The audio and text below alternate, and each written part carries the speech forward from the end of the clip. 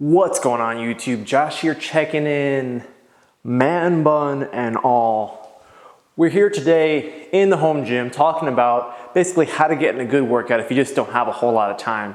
So first things first, if you have any way of getting a home gym, get one. They're awesome. Seriously, you don't need to go out and get a Rogue Rack and build a whole platform. You can really do this stuff on a budget. You can find a whole lot of good deals on Craigslist. You can honestly get a good home gym setup for under $1,000. You just have to look for the deals, they're out there.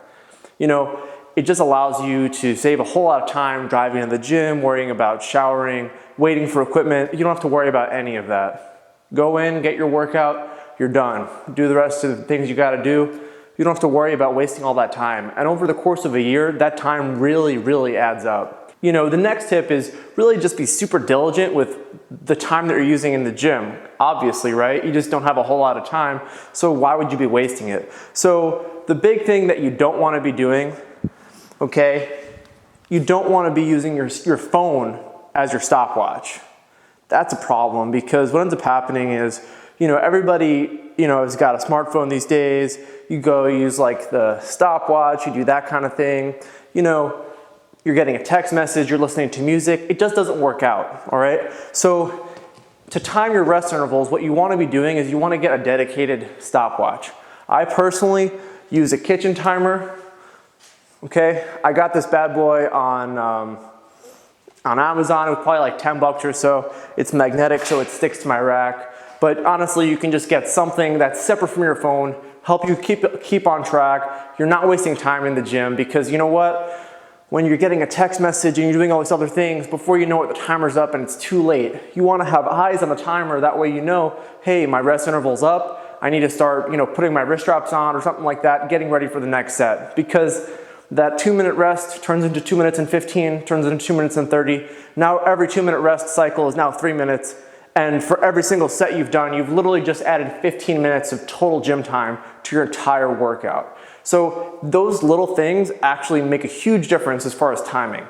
Now, the last thing is exercise selection. So you don't want to be in the gym if you don't have a whole lot of time, wasting your time doing bicep curls and calf raises.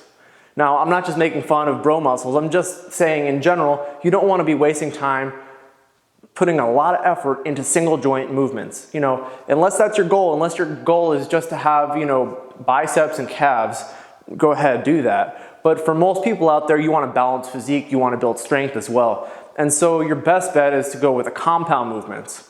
Squat, bench, deadlift. I think most of my viewers probably know that. This is kind of just more for anybody who's new to the channel. You just get a lot more bang for your buck, right? Compound movement, by definition, is multiple joints. So the more joints that are involved, there are obviously multiple muscles connecting at every various joint.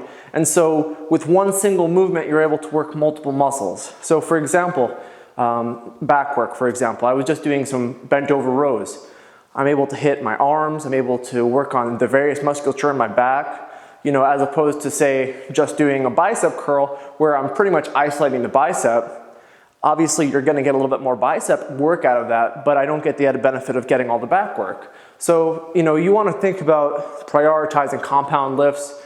One tip is to toy around with how you do those compound lifts as far as how that will affect the sort of secondary muscles. So, for example, if your goal is to bring up your triceps, but you just don't have a whole lot of time, well, for your bench press, you could do more close grip bench press, which will be more beneficial than, say, just a skull crushers or tricep extension, and you're still able to get that chest, but you're able to sort of target those muscles. Same thing with the back movement. So if you're going to do bent over rows, for example, if you use a supinated grip, meaning your palms are facing towards you, you're able to hit those biceps a little bit more, than with an overhand grip. So those are just a few tips. Definitely want to focus on those compound lifts. Get a timer if you can, and home gym is absolutely key.